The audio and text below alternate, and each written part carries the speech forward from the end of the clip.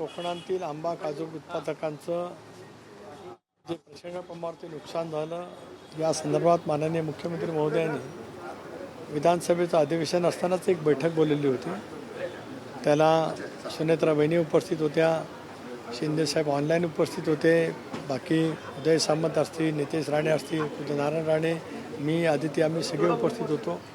त्यावेळेलाच doctor Balasaheb Sawant कृषी विद्यापीठाच्या कुलगुरूंनी 90% आंबा आणि काजूचं नुकसान झालेलं असा अहवाल राज्य सरकारला सादर केला.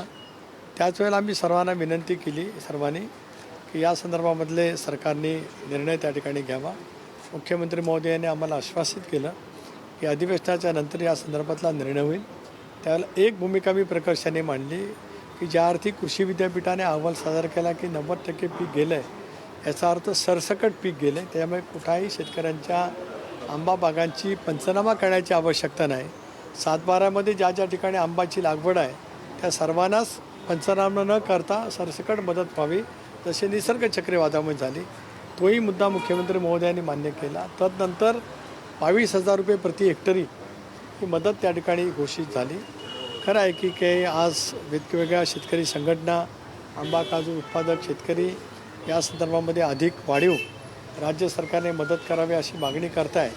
कोकणातला ते एक लोकसभा सदस्य या नात्याने, कोकणातला आंबा उत्पादक शेतकरी या नात्याने माझी सरकारकडे मागणी आहे की यावेळेचं झालेलं अपरिमित नुकसान हे लक्षामध्ये घेता शक्य होईल तेवढं अधिकाधिक नुकसान भरपाई किंवा मदत करण्याचा प्रयत्न, नुकसान भरपाई आपण त्याला म्हणू शकत नाही, पण मदत करण्याचा विचार राज्याचे लोकप्रिय मुख्यमंत्री देवेंद्रजी, उपमुख्यमंत्री एकनाथराव शिंदेसाहेब आणि सुनेत्रा वहिनीच्या नेतृत्वाखालच्या सरकारने घ्यावा अशी माझीसुद्धा ठामपणाने त्या ठिकाणी मागणी आहे. धन्यवाद. 22,000 शेतकऱ्यांना मान्य नाही आहे, त्यामुळेच आज मुंबईतही मोठं आंदोलन झालं होतं. अनेक नेत्यांना अटक देखील आज आंदोलनाच्या निमित्तानं झाली. खरं आहे, माझंही स्वतःचं असं म्हणणं आहे की हेक्टरी होणारं उत्पादन, त्याच्यासाठी होणारा खर्च आणि मग परकीय चलन जे देशाला उपलब्ध होतं, कारण आपला कोकणातला देवगडचा हापूस आंबा असेल, रत्नागिरीचा असेल, आज परराष्ट्रामध्ये इतक्या मोठ्या प्रमाणावरती जातो.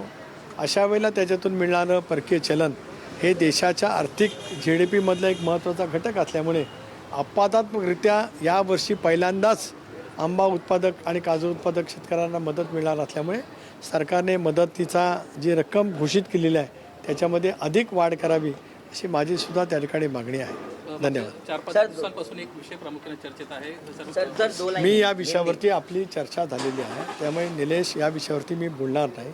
आपण मला सांगितलं की आपण काजू आणि आंबा या प्रश्नावरती बोलणार आहोत.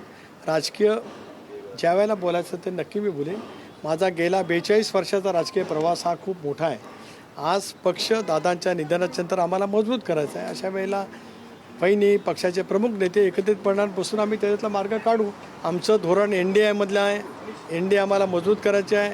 राष्ट्रवादी काँग्रेस पक्ष अधिक मजबूत करायचा आहे. त्यामुळे प्रभुभाई असतील, मुश्रीफ साहेब असतील, धनंजय असतील, दिलीप वळसे पाटील असतील, भुजबळ साहेब असतील, सगळेजण आम्ही एकत्रितपणे बसू.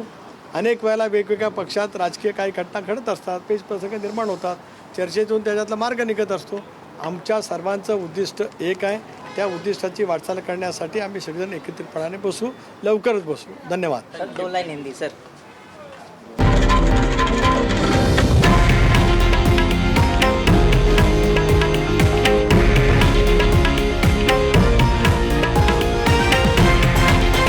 हे आहे देशातील नंबर 1 न्यूज नेटवर्क आणि आपण पाहत आहात TV9 मराठी, एकमेव.